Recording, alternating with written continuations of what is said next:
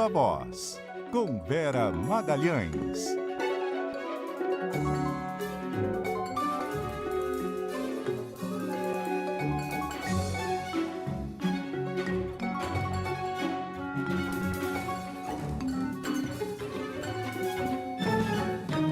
Vera Magalhães, boa noite, tudo bem?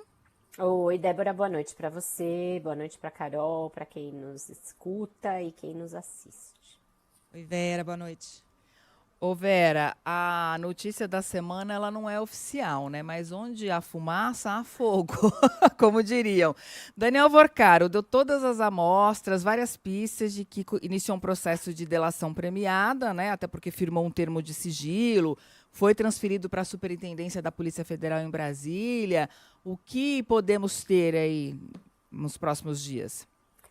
Tudo e de repente nada. Se prosperar uma operação que parece estar em curso para tentar conter as investigações, né? Ela ficou mais difícil essa semana.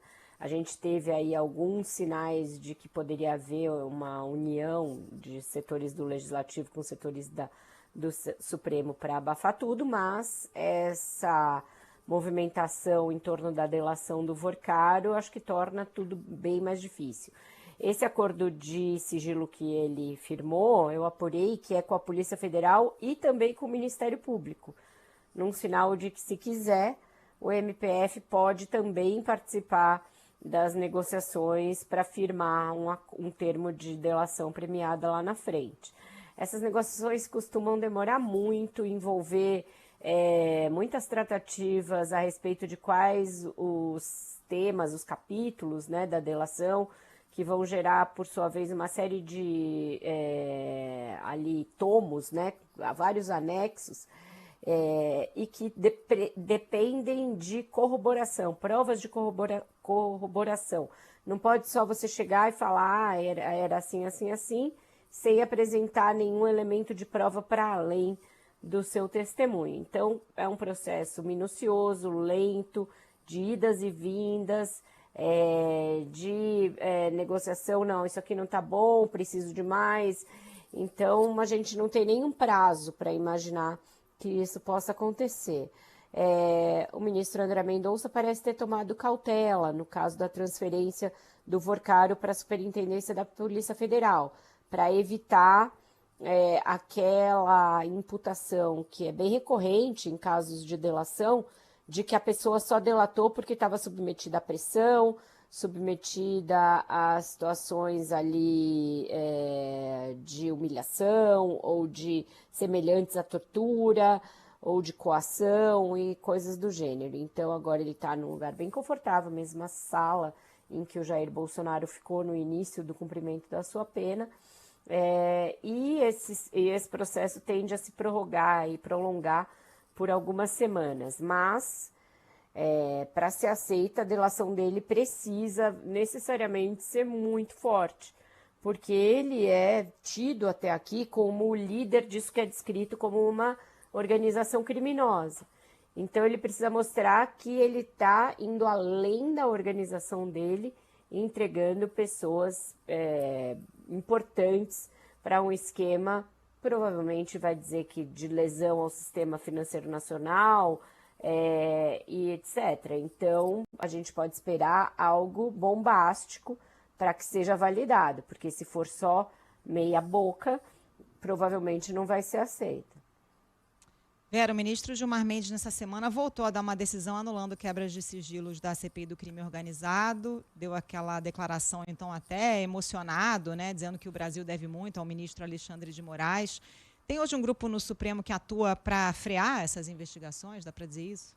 Dá para dizer, sim, Carol, porque são muitas ações de um grupo específico no sentido de proteger uns aos outros, né?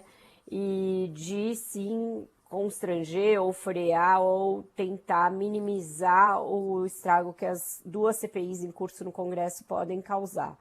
Então, só nessa semana a gente teve essa decisão do ministro Gilmar em relação a quebras de sigilo de um fundo ligado ao Master, feita pela CPI do crime organizado para tentar driblar aquela outra proibição de quebra de sigilo da empresa do ministro Dias Toffoli. Então, eles pretendiam quebrar o sigilo desse fundo para chegar indiretamente a uma investigação sobre o ministro Toffoli, e o ministro Gilmar foi lá e fechou essa porta também, com uma série de admoestações à CPI, e que geraram, por sua vez, uma reação dos parlamentares da CPI apontando essa operação abafa. E o ministro Flávio Dino também deu uma decisão em relação ao presidente da CPMI do INSS, uma decisão correta, né, que ele tem, sim, de apresentar dados referentes a emendas que ele destinou ao braço da Igreja Lagoinha lá de Belo Horizonte, ligado ao cunhado do Daniel Vorcaro, mas que veio no momento em que a CPMI também tentava avançar sobre esse caso Master e sobre o caso do filho do presidente, o Lulinha. Então, tem essa ação aí que parece, sim, coordenada dos ministros de conter as CPIs, de confrontá-las, e que tem um aval silencioso da cúpula do Congresso, que não quer que elas se prorroguem e que nem pensa em instalar uma CPI específica do caso Master. Então, isso estava em curso e parecia forte no início da semana, mas eu acho que as tratativas para a delação do Vorcaro deram um banho de água fria nesse... Não é um conchavo, não dá para dizer assim, mas é uma espécie de um realinhamento, né? Um alinhamento entre um setor do Supremo e um setor do Congresso.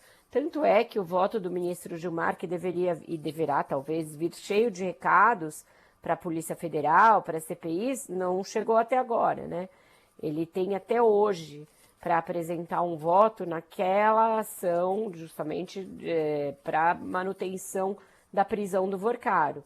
E esse voto não veio até agora, vamos ver o que vai vir, mas o fato é que a notícia de que ele vai delatar deu uma sacolejada em todo esse, em todo o sistema ali.